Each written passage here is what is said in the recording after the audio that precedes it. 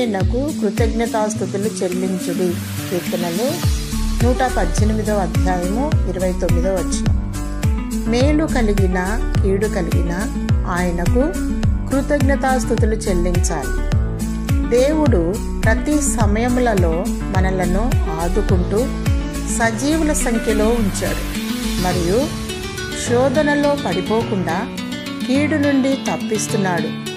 మనము భూమి మీద జీవించటానికి కావలసిన ప్రతి దానిని సమకూర్చి మనలను బ్రతికిస్తున్నాడు.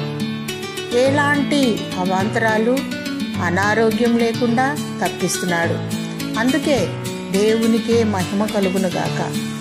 వీటన్నిటికంటే ప్రాముఖ్యంగా ఆత్మీయ జీవాహారమును దయచేయుచున్నాడు.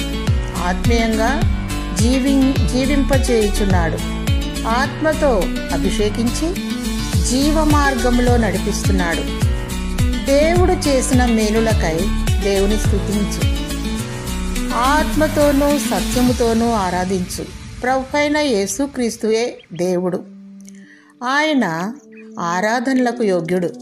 ఆయన ఉన్నవాడు అనువాడు, మొదటివాడు కడపటివాడు, సర్వయుగములకు రాజయున్నాడు. యుగ యుగములకు సర్వయుగములకు ఆయనే రాజు. సర్వయుగములకు ఆయనకే మహిమ కలుగునుగాక.